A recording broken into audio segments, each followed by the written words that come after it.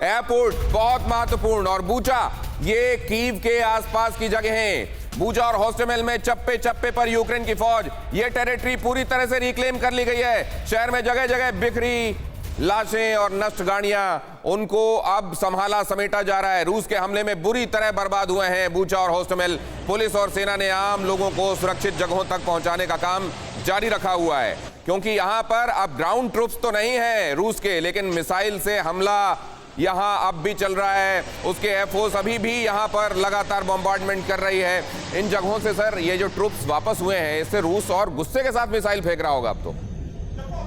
ये समझना पड़ेगा दिनेश कि अब जो फेज 2 में जो ये लड़ाई चल पड़ी है, अब जो रूस है वो डोनबास एरिया जो ईस्ट यूक्रेन है वहीं पर फोकस कर रहा है। उसका एम ये है कि कहीं डोनेट्स्क, लुहांस्क और क्रीमिया के साथ जोड़ा जाए, मारियापोल को लेके और उड़ीसा को, और वो एक बफर जोन बनाना चाहता है जो कि ईस्ट में। उसने ये सोचा था कि खार्किव, कीव और मारियापोल से खारासोन ऐसे बड़े बड़े टाउन को घुसने की उसने कोशिश की, मगर रूस फेल हो गया। अब रूस ने यह सोचा है कि अब उसका फोकस पूरा का पूरा ईस्ट यूक्रेन की तरफ हो, यह पूरा का इलाका एक क्रेसेंट बनाया जाए जो कि कम से कम 50 से 60 और 100 किलोमीटर का आप जाता है मारियापोल, मारियापोल से क्रीमिया, क्रीमिया से उसको उड़ीसा तक जोड़ के आप ये करना चाहते हैं। इसके अंदर 60 से 70 पॉपुलेशन रूस की है और उसमें 18% लोगों के पास रशियन पासपोर्ट है।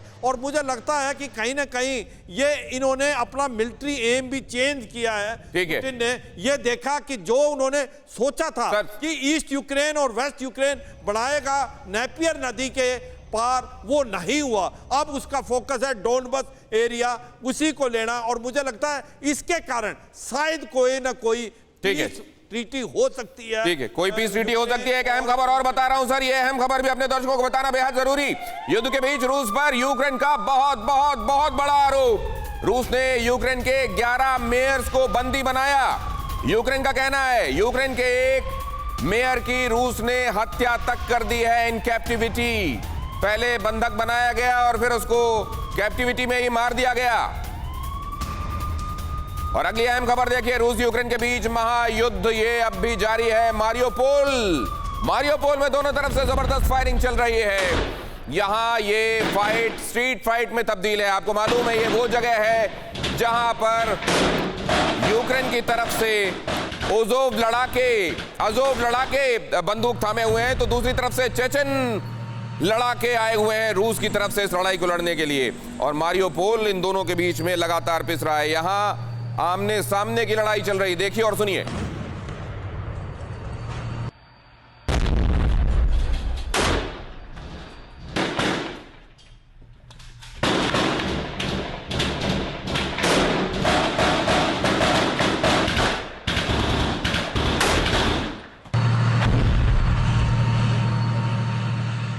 परवाह देश की, सोमवार से शुक्रवार रात 10 बजे TV9 भारतवर्ष पर।